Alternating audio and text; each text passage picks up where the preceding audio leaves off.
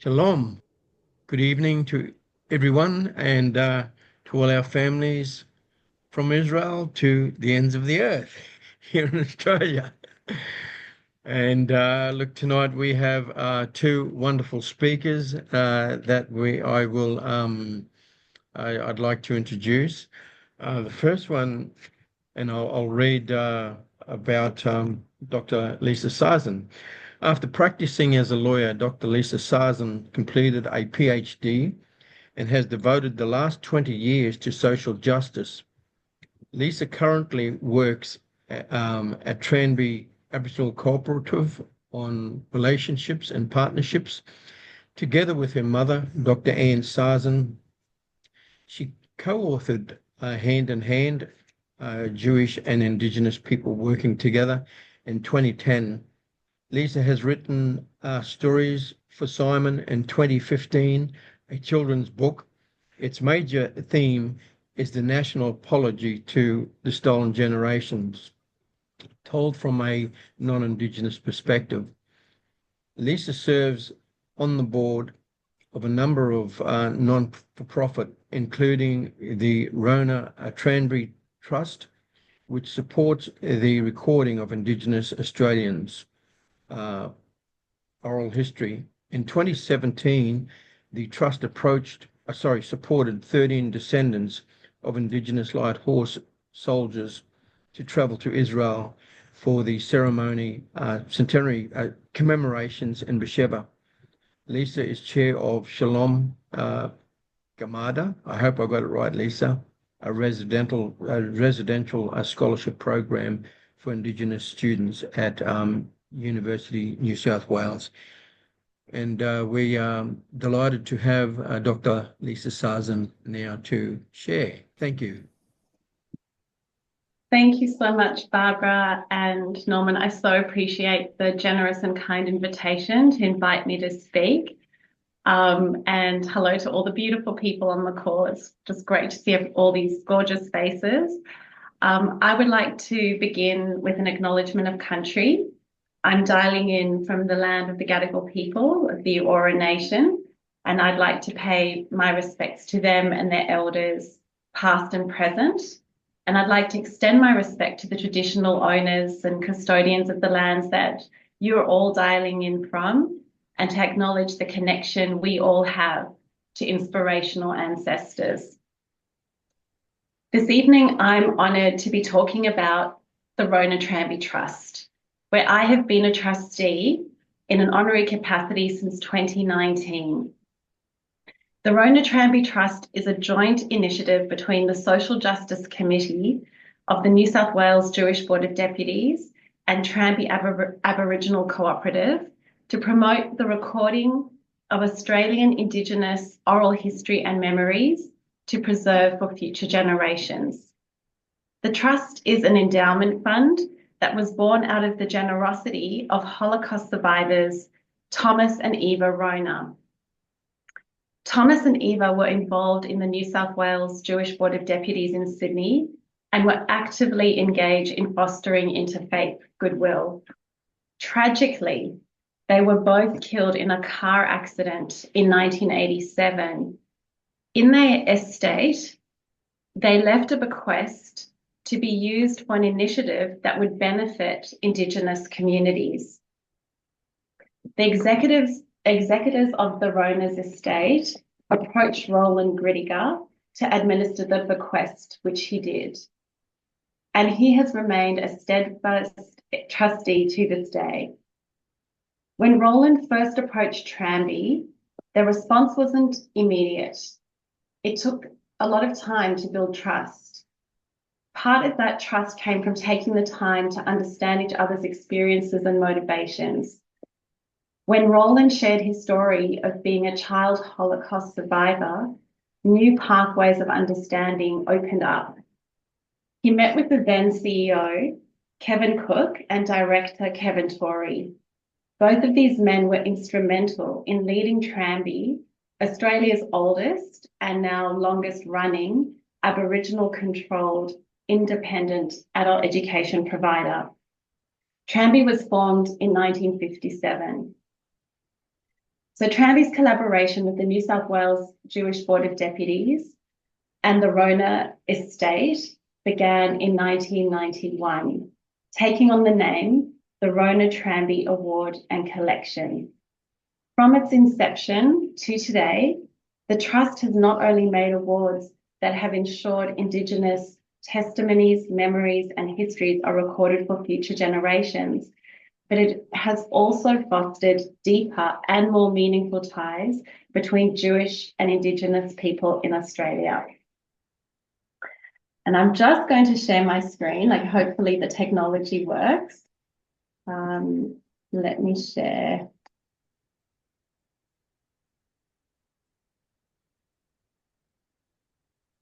Can you see my screen? Yes. Okay, great. So in 2017, the Rona Tranby Trust launched its biggest initiative to date to support the recording of stories of Indigenous World War I soldiers of the Australian Light Horse as told by their descendants. The trustees who guided this incredible initiative were Roland Grittiger, Jennifer Simons, and Dr. Belinda Russin, the CEO of Tranby Aboriginal Cooperative and also the chair of the Rona Tranby Trust. 13 descendants were selected, and the project funded their travel to Israel in October 2017 to take part in the centenary commemoration of the Battle of Beersheba and the famous charge of the 4th Australian Light Horse Brigade. This project is unique in honouring the service and sacrifice of Indigenous World War I soldiers. Now, if I can, let me just see. Just see if I can. Sorry, I've got a little video to show you too. So let me just see if I can. Can you see us? This is the can you see the screen saying as we traveled throughout Israel? Yes, yes. Okay, great.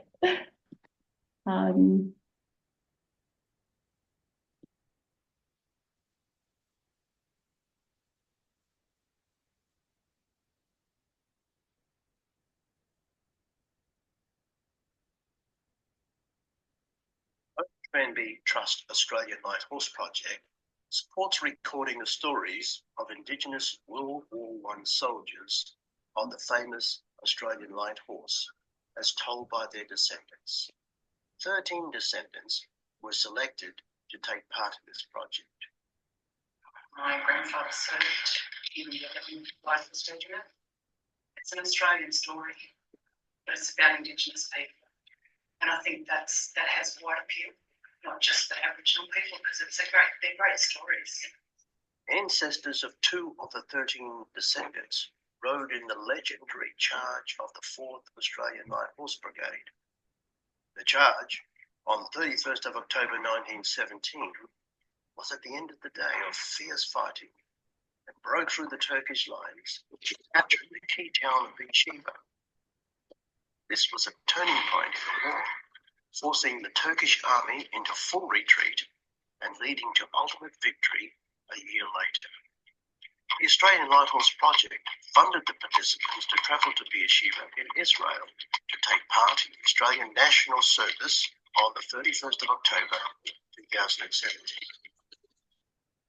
First time in 100 years, wreath was laid by an Indigenous soldier and representative in honour of Indigenous servicemen who fought in campaign.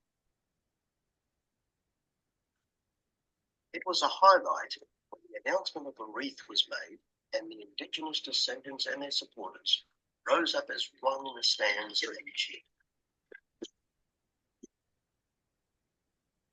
Inspiringly, after 3 days riding in the desert, 3 of the participants rode in a centenary parade through the town of Beersheba and then took part in the reenactment of the charge that followed the official service. Another of the participants was the first in his family to visit the grave of his great uncle at the Beersheba War Cemetery. I felt very honoured and privileged, mainly for the sake of his mother who never got the opportunity to visit his grave. Today is the 11th of November 2018. The participants have gathered here at Tranby to take part in a centenary Remembrance Day ceremony and to mount an exhibition telling the stories of their ancestors and their participation in the project. I was searching for my grandfather, trying to find him and connect with him in some way. And there was a moment when I was on a horse riding through the streets of Beersheba, and the people of that town came out and started thanking all of the light horse for what they had achieved 100 years ago. And I said to my grandfather then and there, I said, "Grandfather, there's thanking you."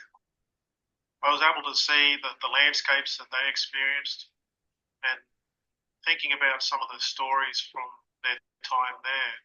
It gave me an opportunity to just connect with them in a way that I wasn't able to previously. And to see the hardship, they had to ride through the valleys of death, getting fired upon by the Turks and the Arabs that were there, the heat, the flies, lack of water, lack of sleep, but persevering. And that's what a lot of our servicemen of that era, their bravery, for them to be able to do what they did. So that's why I'm here today, and that's why I went to Israel. Pondering on the market, I've been thinking that, what it must have been like for him, a totally foreign place for him to be. I sort of feel, that I'm somewhere that he was, and I think that's what's really important to me. I'm glad that I went on the trip to see where my grandfather went. That was really experience to remember, because the people of Israel, they have the Indigenous soldiers in because they also helped re-establish Beersheba. When this project first started in the early 1990s, I was speaking to Kevin Cook here at Tranby, an absolutely wonderful man, and he was so happy that we were doing this.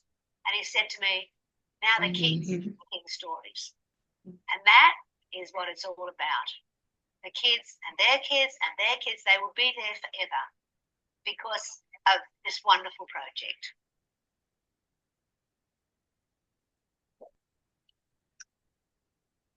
So hopefully that gave you a sense of the project, the oral history project to Israel. And as you saw in the video, it was a very deeply moving experience for the descendants to walk in their ancestors' footsteps. Not just when those Indigenous light horse soldiers enlisted in Australian Imperial Forces to fight in World War I, there was official discrimination in Australia. Indigenous Australians were not counted as people in the national census, and restrictions meant that Indigenous servicemen had to hide their Aboriginality just in order to enlist. However, once they were in the AIF, they were treated as equals and served their country with great bravery and skill. And it's extraordinary to think of the extreme sacrifice these men made at a time when they were denied so many rights and dignities at home. The experience of equality within the armed forces disappeared when they returned to Australia, entering back into a civilian life that was characterised by huge injustices and extreme trauma, including the forcible removal of Indigenous children from their families, refusal of entry into RSLs, the clubs for returned servicemen, denial of pensions, and so much more. The individual stories of these brave light horse soldiers are stories of national significance. As you saw in the video, an exhibition summarising and showcasing the Rona Tranby Trust Light Horse Initiative was first displayed at Tranby Aboriginal Cooperative, which is in Glebe in Sydney, on Armistice Day 2018. Shortly afterwards, Moriah College, a Jewish school in Sydney, requested that the exhibition be displayed at their school for Anzac Day 2019. This was when I joined the board, and I had the wonderful experience of working with Moriah to mount the exhibition at the school. Uncle Ray Minikin, who's one of the descendants who narrated the video that I just played, addressed the school assembly as a guest speaker, and he guided students through the exhibition, bringing the stories to life. It was this significant exhibition at Mariah College in 2019 that really sparked an idea for me, and it created the inspiration for taking these important stories into more schools to share with more students and educators. So with generous funding that we got from the Waratah Education Foundation, the Trust has been able to slowly grow the original exhibition into a travelling exhibition to schools to share the stories of the Indigenous light horse soldiers with students and teachers. The Trust has been very fortunate to engage Fran Grant, a proud Yuin woman and experienced educator, to support the exhibition and provide teachers and students with resources to sensitively complement the exhibition and enhance their learning and inquiry into this area, connecting with the curriculum. Each time the exhibition has been hosted at a school or a venue, one of the descendants has been able to share the story as a guest speaker and guide students through the exhibition through story sharing. And I have another little video about the travelling exhibition.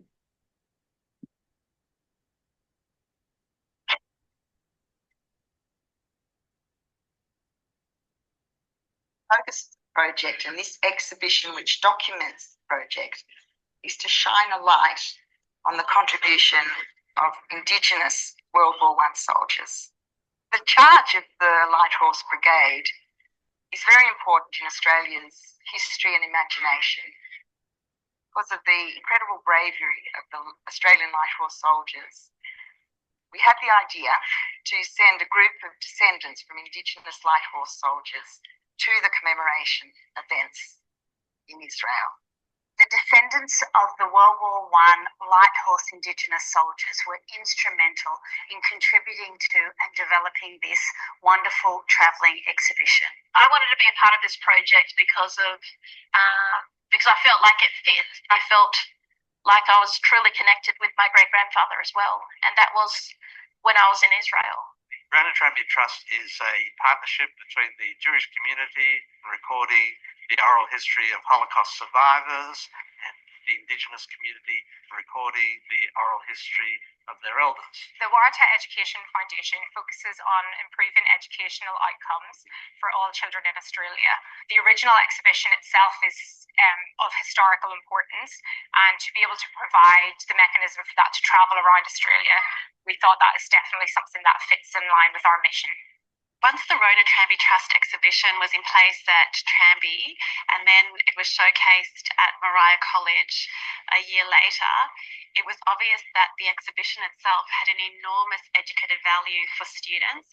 It connected with the curriculum and creating critical thought and empathy for the students through the personal narratives and the personal stories of these incredible servicemen as told by their descendants. Bullets were flying left, right and centre, but they didn't care, even though the horses were dropping down as well. A lot of the opportunities that we have now is actually also what a lot of these men had also fought for to bring to the forefront as well. One of the main aims was around reconciliation. We wanted to promote a deeper understanding and respect for Indigenous culture and our history, so that those Indigenous soldiers who served in World War I will always be remembered. And understanding the past makes us so aware of the meaning of our present and how we all walk together into the future. I feel like it's putting the missing piece of the puzzle in terms of my family lineage together as well, for not just for myself, not just for my late mother, but also for my children and their children and children to come.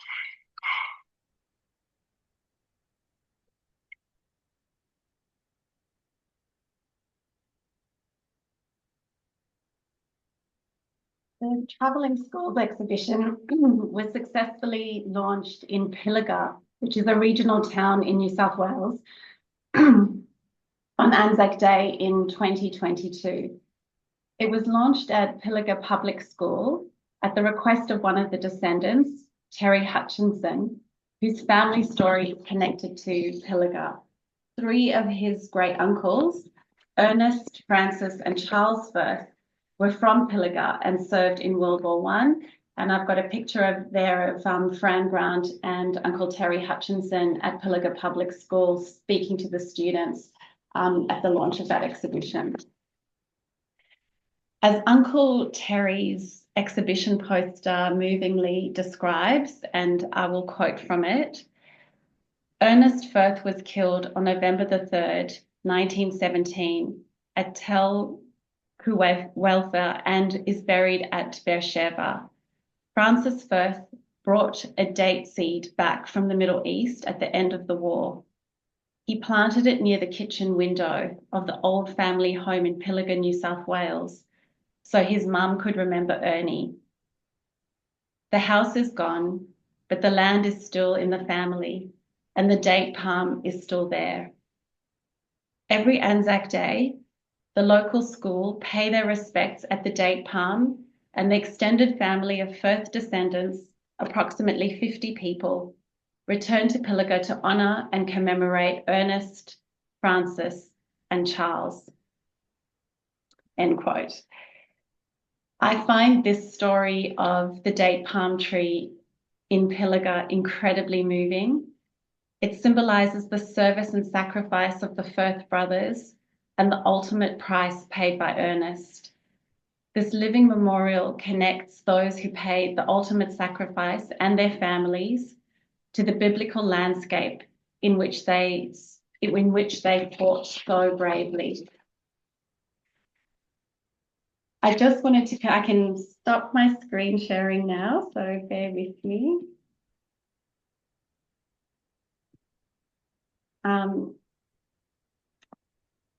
I just thought I'd conclude with 3 main ideas that I wanted to share with you.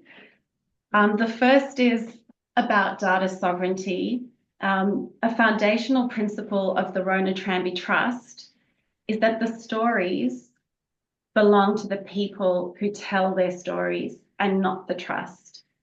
The stories are preserved for the families themselves without any obligation to make them public.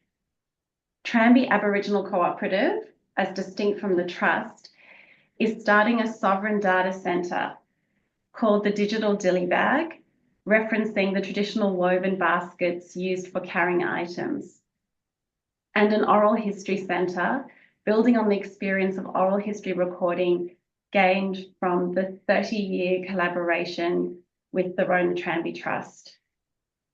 It is essential that the sovereignty of the storytelling, the recording, and the preservation is maintained, which makes Tranby an Aboriginal controlled organisation a perfect place for this oral recording to occur. The platform for storing these stories includes cultural protocols so that the storyteller can prescribe when, how, and to whom the knowledge and story can be shared according to cultural protocols. The second thing I wanted to mention was that in Australia, we have intellectual and copyright laws, but these laws haven't adequately protected Indigenous cultural and intellectual property. There is now a growing understanding of the nature of Indigenous knowledges and the need to properly respect and safeguard this knowledge. The term Indigenous cultural and intellectual property, or ICIP, refers to all aspects of Aboriginal and Torres Strait Islander people's traditional knowledge and cultural expressions, and can be in many forms, including dance and art, language, secret or sacred information, tools and artifacts, burial sites, and cultural recordings.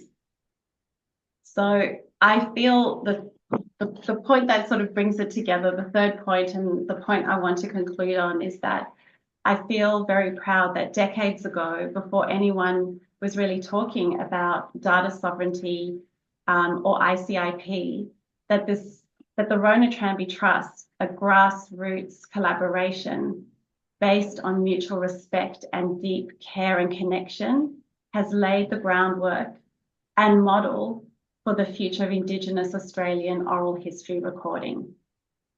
Thank you. Well, thank you so much, Lisa, for that You unmuted. wonderful. I didn't mute myself. Oh, okay. Can you hear me okay? Yes. Yes.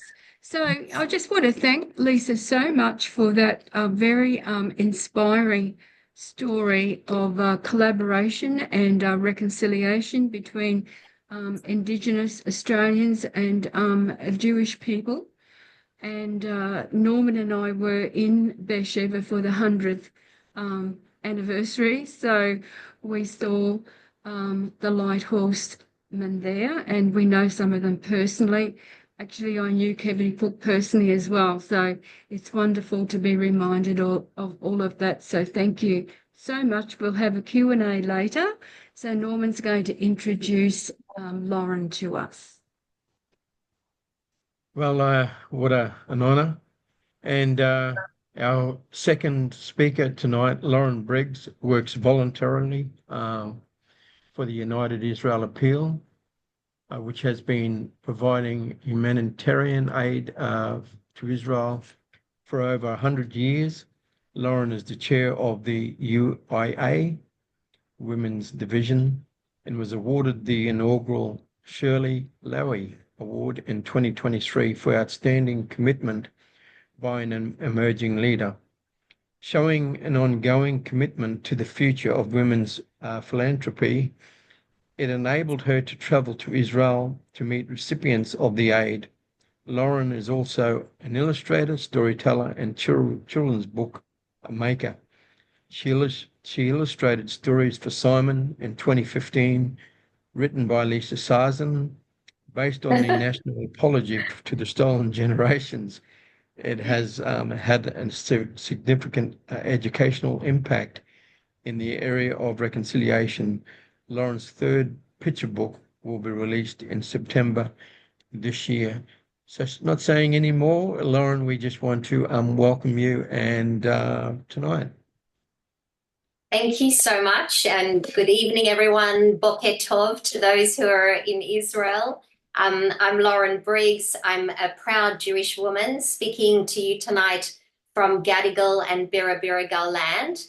I'd like to acknowledge the traditional custodians of the land on which I'm living on and pay my respect to elders past and present. And I'd also like to extend that respect to any First Nations people who've joined us on this webinar tonight. But I'd actually like to start to just say a very big thank you to Barbara and Norman and to the Indigenous Friends of Israel and to those who've joined, to just thank you all for your friendship and your solidarity of the Jewish community here in Australia and with the people of Israel. Your friendship has been so appreciated over the last 529 days as our community has experienced some of our darkest times, from the brutal massacre by Hamas terrorists on Israeli families on October 7 in 2023, the ensuing war, and also the onslaught of anti-Semitism here in Australia. So your friendship means so much to me and to my community, and it's giving us so much strength. So it's much appreciated. I'd also just like to take a moment to remember the Israeli families and citizens who've been murdered since October 7, and I pray for the return of the remaining 63 Israeli hostages who are still being held in unimaginable conditions in Gaza by Hamas terrorists. So this makes all the work that we're doing at UIA so meaningful, and it's my pleasure to share it with you all tonight. I'm going to share with you some stories and some photos which will give you an insight into the critical work that UIA and the Women's Division as well are doing on the ground at the moment in Israel. So I'll just share my screen and hope I will be as successful as Lisa was. Okay. Are you all able to see? Yeah? Yes. Okay, fantastic. So UIA is a humanitarian organization. We are non-political, we are bipartisan, and we have been supporting the people of Israel for the past 100 years. We are actually the official fundraising arm of Israel, and we are the largest charity for Israel here in Australia. Interestingly, one of the fastest areas of UIA that's growing is our Christian Friends of Israel. And Israel is actually investing to connect our Christian Zionist friends to Israel in a very meaningful way. So UIA supports projects on a national scale, covering all sectors of society, from youth at risk to the elderly, Holocaust survivors, and of course Aliyah, which are Jews returning to their ancestral homelands. And so they also have a very safe place to live. And one example that I can share of this was at the very start of the Russia-Ukraine war, the lives of the Jewish community in Ukraine were at risk.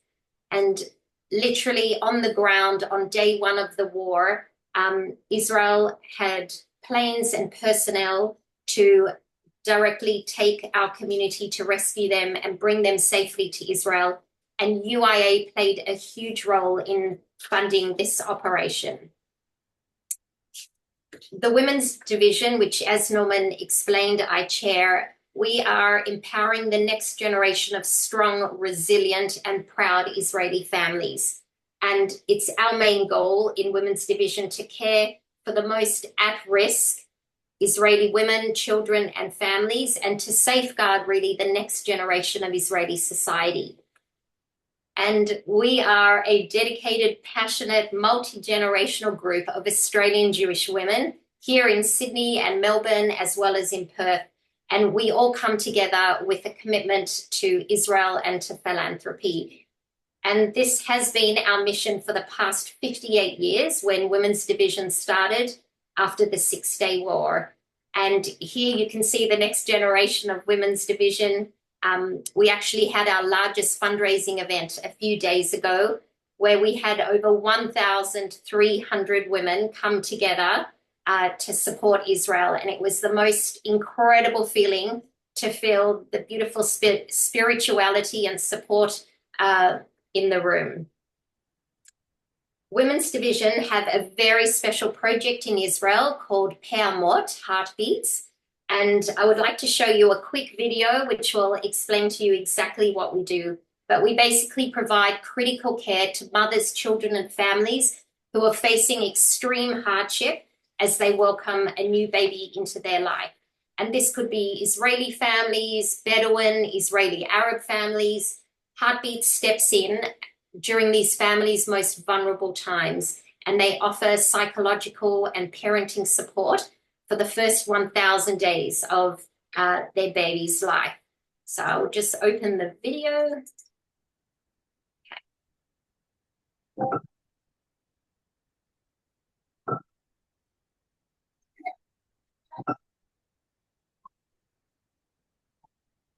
פחדתי ללכת עם הילדה למרפסת, כי פחדתי לזרוק אותה למרפסת.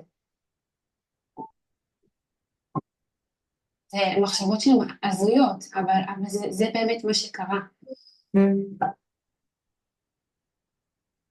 הייתי במקום מאוד מאוד מאוד קשה, ואני באמת תכננתי פשוט לסיים את חיי. אפשר להגיד שחיינו חיים לפי הספר. קנינו בית, סיימנו תואר, הבאנו ילדה, עבודות מסודרות, הכל היה ממש יפה. מהלידה הרגשתי שמשהו לא בסדר קורה לי, עד שהלכתי לפסיכיאטר, הפסיכיאטר נתן את החותמת שיש לי דיכאון חרדה. היה באמת קשה לתפקד בדברים בסיסיים, משימות שכביכול הן אמורות להיות יומיומיות, היא ממש לא הצליחה לבצע אותה. היה לי קשה להתחבר עם הילדה, לא רציתי להיות אימא שלי. זה היה באמת איסורים, חשבתי שיהיה לה יותר טוב בילדה.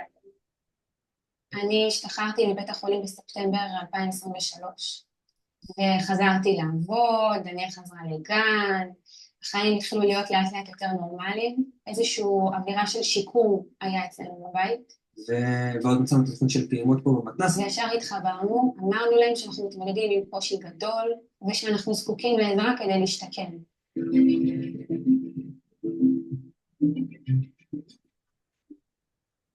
התחלנו תהליך של ממש מספר שבועות עד 7 באוקטובר.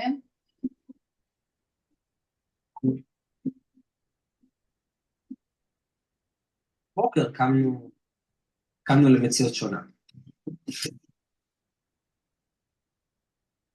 זה היה ממש טראומה בשבילה ובשבילנו. לא היה לנו בית ולא יכולנו ללכת לעבודה, ולא יכולתי ללכת לפסיכולוגית שלי כי היא באשקלון ואין טיפולים. אני פשוט הייתי ללא מענה, והמקום היחיד שנתן לי מענה זה היה פעימות.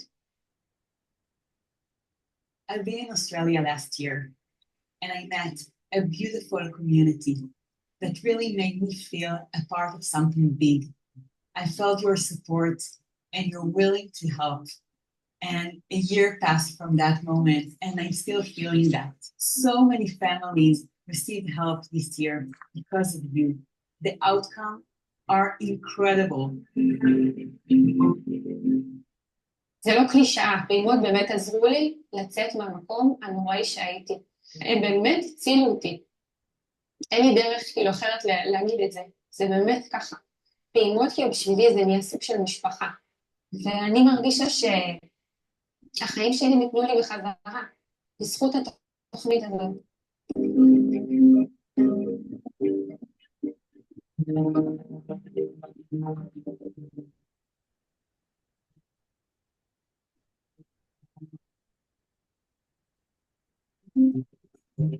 I'm here in Israel, wanted to send a lot of love and to say again, thank you so much for all your support. Because of you, we can do magic. We can do beautiful things for all the Israeli society.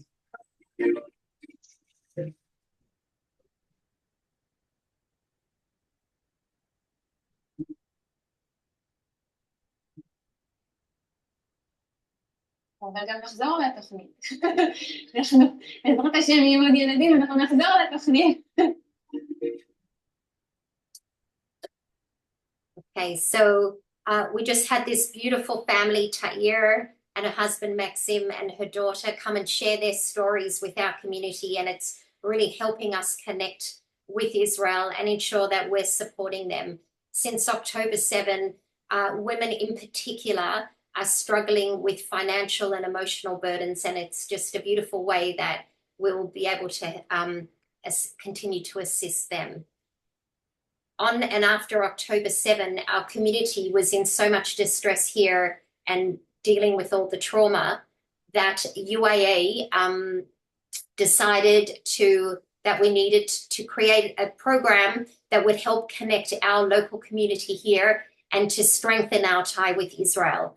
And so we created a program called Gesher, which is actually the Hebrew word for bridge, to try help and strengthen our community. And I know Barbara in particular asked me to share this beautiful story that I'm about to share with you, because we were so privileged to meet a gentleman called Remo Salman El Hoyazal, a 37-year-old Muslim Israeli police officer who on October 7 was at the Nova Music Festival, and he saved over 200 people's, young Israelis' lives. He was a security guard at the festival, and he happened to arrive 8 minutes early on his shift, and therefore he arrived just before the massacre happened. He risked his life on that day by protecting these beautiful young humans who had just come together in peace to a music festival. And I'll show you 2 videos that Remo was very happy for me to share with both of you, with all of you. You can see the rockets first arriving on October 7 at 6:29 a.m.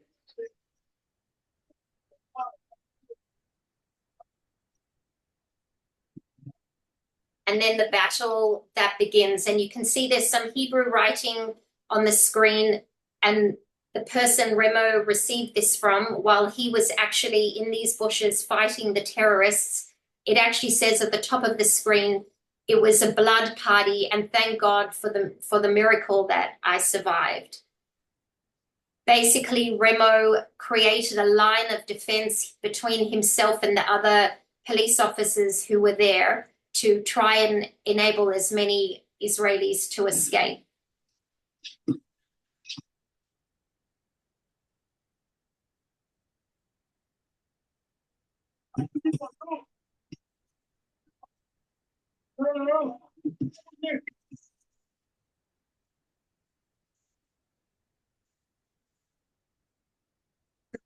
I'm now showing a video. So basically, Remo happened to come across an empty car that had the keys still in the ignition. There was absolute pandemonium going on. And so he literally piled as many young teenagers that he could into the car and tried to drive them to safety.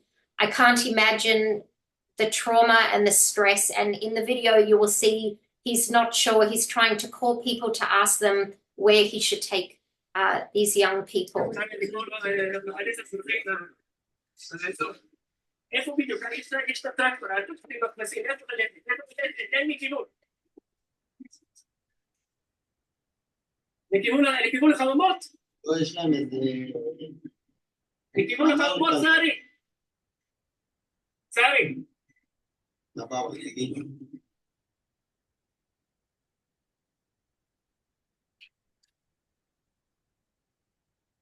Remo unfortunately lost 22 of his officers on that day at the music festival, and just under 400 young Israelis lost their lives. And this is just one of the 1,000 stories that happened on October 7. This is such a special photograph because Remo felt protected on that day. He felt that he could have died hundreds of times and he survived the day to tell the tale. But he managed to find out whose car he had driven had belonged to. And this is the gentleman in the photo who he managed to return the car to, and they have a very special connection. We were so privileged to have Remo here in Sydney share the story with our community last year and to be part of this Geshe project. And Australians are now able to be a witness to Remo and other survivors' stories using the virtual reality headsets. And Remo and other survivors of October 7 want their stories to be heard and remembered. So Israel is an organization that created these virtual reality films. You can see on the screen there are young people watching Remo's story in a virtual reality 3-dimensional experience. And Barbara will be able to share with you all ways that you'll be able to watch these videos in the future.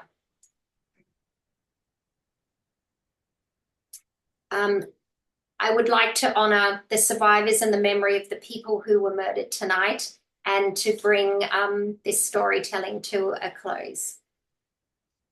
And I'll just stop sharing my screen. Okay, look, thank you very, very much, Lauren. We so appreciate your sharing tonight and the wonderful work that UIA is doing and yourself and the Heartbeat Project and the Geshe Project. We'll have some Q&A soon, but I just wanted to let you know that as Lauren mentioned, that when UIA brought some of the team from Israel to Sydney last year, they had amongst the team a Druze, a Muslim, a Jewish person, and a Christian, all involved in. They're all survivors. They all helped with rescuing as well, and so they have amazing stories.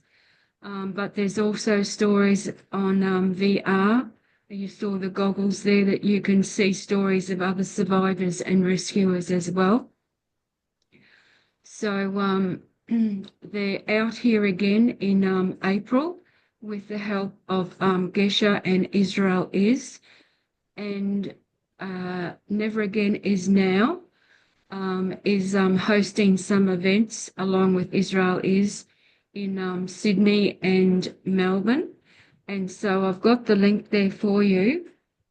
So you can see the Humanitex link there for Sydney on April 1st and Melbourne on April the 8th. Also, the Queensland Jewish Board of Deputies has got one of the team in Brisbane and the Gold Coast on April the 3rd. So that's Odelia Bayer, who's a Christian German whose family live in Israel, and she's a former IDF commander who was called in to help rescue with the Nova Festival and one of the kibbutz as well. I think it was Kibbutz Berry. So it's incredible. We really just need to wrap our arms around the Jewish people in Australia and Israel and worldwide. This is an opportunity to do so. So I would urge you, if you live in Sydney or Melbourne or Brisbane or the Gold Coast, go along firsthand. But it is wonderful that Lauren has been able to give us an insight into it tonight.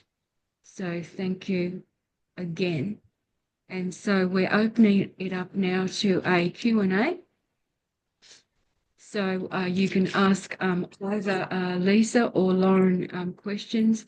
We would ask that you would put your hand up so that we can know who to go to first. Thank you.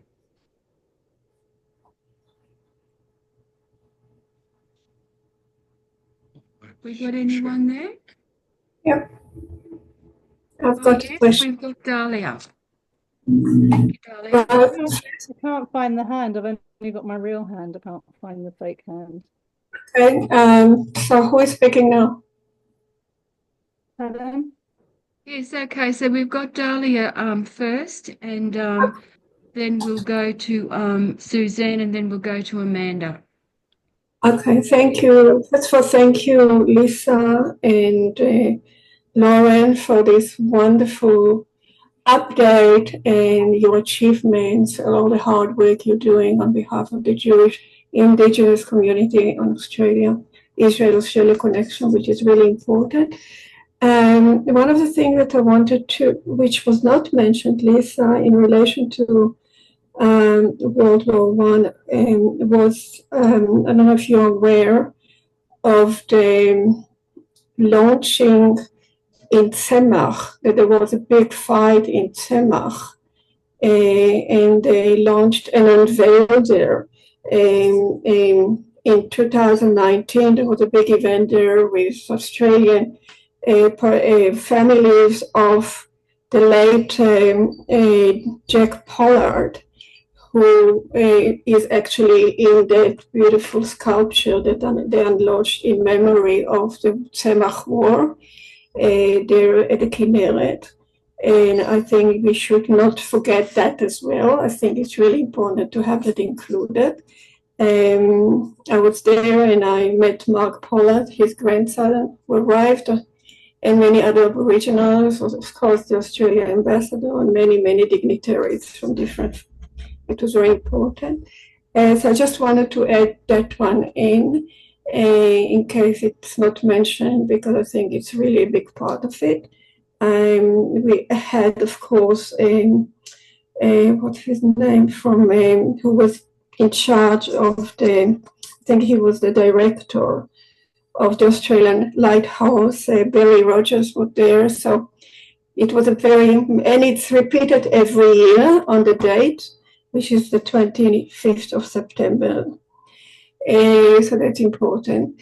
But I'm really overwhelmed with everything both of you are doing of course, with the family UAA work, which I've always been very impressed with. And good luck and continue your fantastic contribution. Thank you so much. Thank you so much, Dahlia. And that was on my mind too about CMAC. And I know that you've done some wonderful work in bringing remembrance to that as well. Norman and I were blessed to visit CMAC in 2010 and 2017 as part of the commemorations there, because it was actually the Black Watch from Queensland, the Indigenous horsemen, that helped win the day there at CMAC on the Galilee as well. So thank you so much for reminding us of that. And I just want to say quickly, you know, with what's happening in Australia at the moment, it's important for us to remember that we have Australian blood in the ground, black and white, defending Israel, and yet our nation's gone off the track. So our nation needs to be reminded of the Anzac inheritance and the Indigenous and non-Indigenous light horsemen. So thank you, Dahlia. So we're on to Suzanne and then Amanda. So Barbara, can I just want to say, Dahlia, thank you so much for mentioning that. That is so significant, and I appreciate you mentioning that. And I know that when in conversations I've had with Uncle Ray Minikin, that is very significant to him. It's very unique. So thank you. I'm really pleased you raised that. Thank you, Dahlia. Okay, over to Suzanne. Hi everyone, coming to you from Borlu, which is Wajak Noongar Butcher here in Western Australia. I had a couple of, an idea for a future thing, request to connect, and a request to connect. Those are my two things. So I mentioned in the chat that I know the band that went over to Israel for the centenary memorial of the Light Horse Brigade in Beersheba. And in terms of just what Barbara's just said about reminding Australians about how we had multiple people, you know, fighting for us and for Israel and all that. And so it just gave me an idea of getting in touch with the Kalamunda Brass Band to say, hey, can we do some solidarity thing with you guys because you went over to Beersheba? I know people in the band, so it's like it's a out there idea, but I just wanted to offer it. And then the second thing was, Lisa, I was very keen to hear what you're saying about data sovereignty, and I have a project where I might need assistance in this, so I was wondering if I could connect with you on that. And with Lauren Briggs, there's a UIA Women's Division event on Thursday this week in Perth, and so I was wondering if you're involved with that, or you are coming, or are you coming to Perth, or whatever. Just those are my questions. So I would have loved to have gone to Perth, but unfortunately I can't. But my colleagues have been organising the event, and if you'd like to go or you are going, just amazing, and just I'm going to let them know to look out for you. You'll actually see the video that I showed you, and you'll actually meet Ta'ir in person and her husband and beautiful child. So it'll be really meaningful, I hope. Yes, amazing. Thank you. Thank you. Thank you so much. So Amanda. Well, hello. So I just wanted to ask Lisa, at the beginning of your presentation, you said the Indigenous people that wanted to sign up had to hide their Aboriginality, and I'm just wondering how did that work exactly? And then you said once they were actually enlisted, they were treated as equals. So where was the disconnect between them not being, you know, quote unquote, allowed to enlist, and then suddenly once they were enlisted, they were okay? I didn't quite follow that. Didn't really make sense to me. Over to Lisa. Thanks, Amanda. Yeah, it is. It was official discrimination that prevented, so officially, First Nations people weren't permitted to enter the Imperial Forces. So that was the official position. But there were so many Indigenous people who then enlisted, but they didn't disclose their Aboriginality when they enlisted. So they, they didn't disclose their indigeneity when they enlisted, but obviously once they were in there, then they experienced a lot of equality. So it was a very unusual situation. But what it also contributed to was that many descendants, it was hard for them to find a lot of the information about their ancestors because a lot of that information was hidden. So at the time, because there was fear of children being stolen and the official discrimination was so extreme that many people hid their identity at that time. So it has been a process for a lot of the descendants to get the information about their ancestors. But from all the reports, there was no interview or medical or anything to get into the army in those days? I'm not sure what the enlistment process was, but they definitely didn't mention their indigeneity. They might have said they were from a different background. So that their identity would have been, they wouldn't have mentioned. So interesting. Yeah, some of them said they were from Indian background. Or Pacific. Really? Or Pacific, yeah. Really? Wow. That just goes to show how ignorant white people were back then and still, I suppose, today. Thank you for clarifying that. And I just have a question, if I can, for Lauren. Oh. About Heartbeat. Did you just say that family in the video are going to be in Perth tomorrow? I think it's this coming Thursday. Am I right, Suzanne? This week, though. They're in Australia, in other words. Yeah, they're currently in Melbourne. They were with us last week and we're at our function on Sunday morning. They're now, as we speak, in Melbourne doing a function there, and then they'll be going to Perth, and I think it's on Thursday. Suzanne, is that when you're going to the event? Yes. Yeah, so on Thursday. And there's nothing, no branches or anything up here in North Queensland? No, I wish there were. Okay. Maybe that's my next project. Okay, because I've got an event on Sunday week, Sunday the 30th, and we're looking for an organisation to donate the funds to.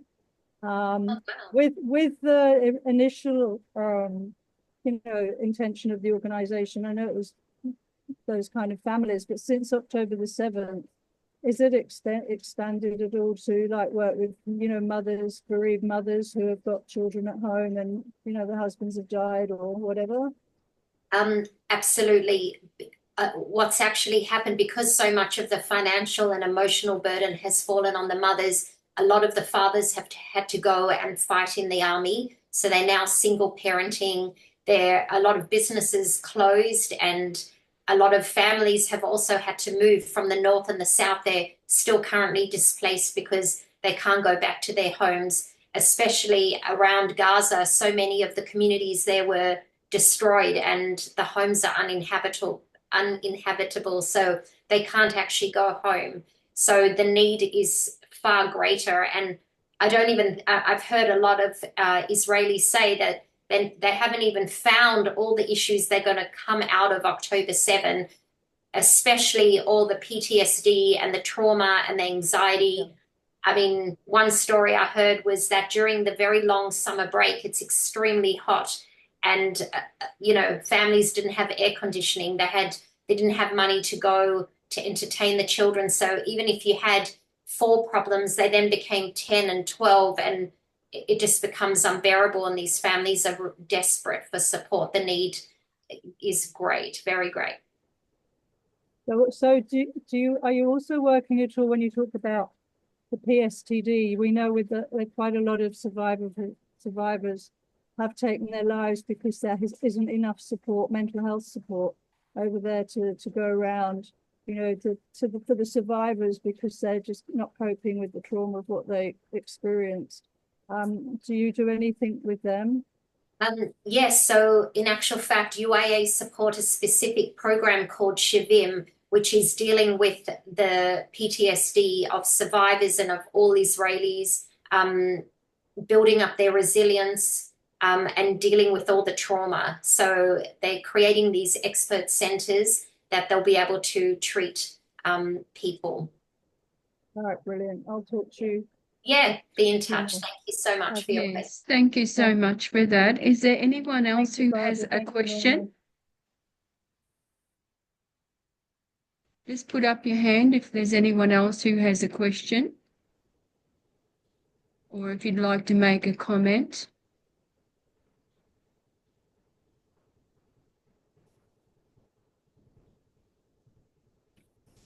I just Appear. I just want to thank you from the bottom of my heart for meeting you two, for the amazing hard work that you're doing from your heart, for giving of your time, for sharing, for anything that you're doing for anti-Semitism and in support of the Jewish people and everyone. And it's just overwhelming. As an Israeli born, it means so much. And last week I met Sister Christophora here in Israel. So hi from her, which a lot of you know in Israel, in Australia as well. Yeah, it's just, it's not taken for granted. It's just appreciated in so many ways. And from the, I'm deeply heartfelt with everything you do. And it's, of course, Lisa and Lauren and everyone who just joins into this major effort that we're trying here in Israel to overcome the losses on a daily basis. It's not easy. It's not easy, but knowing that we've got friends there supporting when a lot of the world is sort of anti, it's really, thank you. Thank you. We probably can't even understand the depth of how hard it is for you in Israel, but in any way we can be there, we will. So thank you for that. I just wanted to just share really quickly that we have an education program that we've developed for schools to deal with anti-Semitism in Australia because of the huge rise in anti-Semitism. So if anyone wants to support that at all, you can just go onto our website and there is an opportunity to donate if that's how you feel. We know that there are so many good causes to donate to, and you heard some of those tonight. So, we urge you to support all those who are working in this space. Yeah. Well, if there's nobody else who wants to say anything at this point, then we might end the Zoom meeting. Is there anyone else who would like to just say something before we finish up?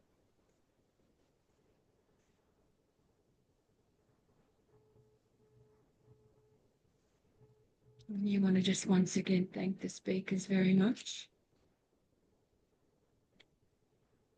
Well, before we finish, I just wanted to just share, we were with the family, the Jewish family here in Cairns community on Purim, as they we joined with them, and we had a was a wonderful gathering, a time, and it was for us, for Barbara and myself. We have a beautiful Jewish community, though small.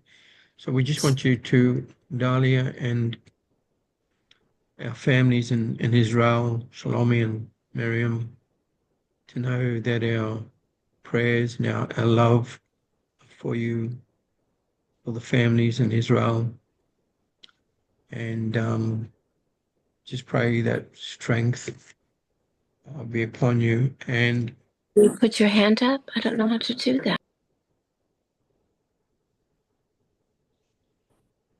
did you need to ask a question, Miriam? Hello? Did you want to say something? Miriam, Unmute.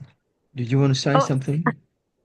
yeah, we're not so good with raising our hand. I couldn't find where to raise our hand. We're quite primitive with this thing. That's okay. Go ahead now then. Oh no, you were not. You were still addressing Norm. I didn't want to interrupt you. I was just No, you're fine. You're fine. It's you go ahead and ask a question or say something. I You want to just say feel that something? no, I didn't mean to interrupt. I was just trying to find the raise your hand button.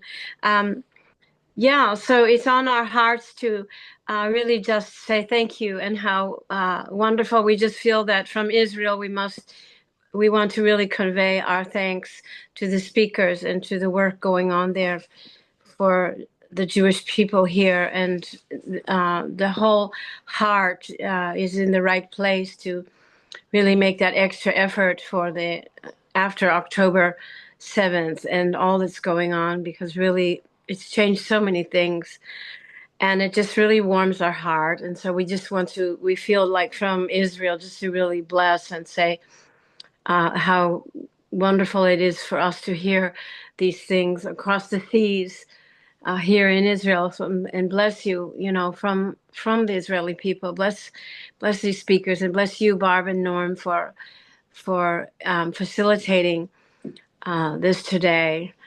And we're in the new season today with the news this morning and the breakdown of the negotiations, right? So now we're even on a new page today again. So thank you so much for your prayers, and it means so much to us. We really appreciate it. Well, our big hugs and love to you both, and you're our family, and we know that you're going to be in Australia very, very soon too. So Amen.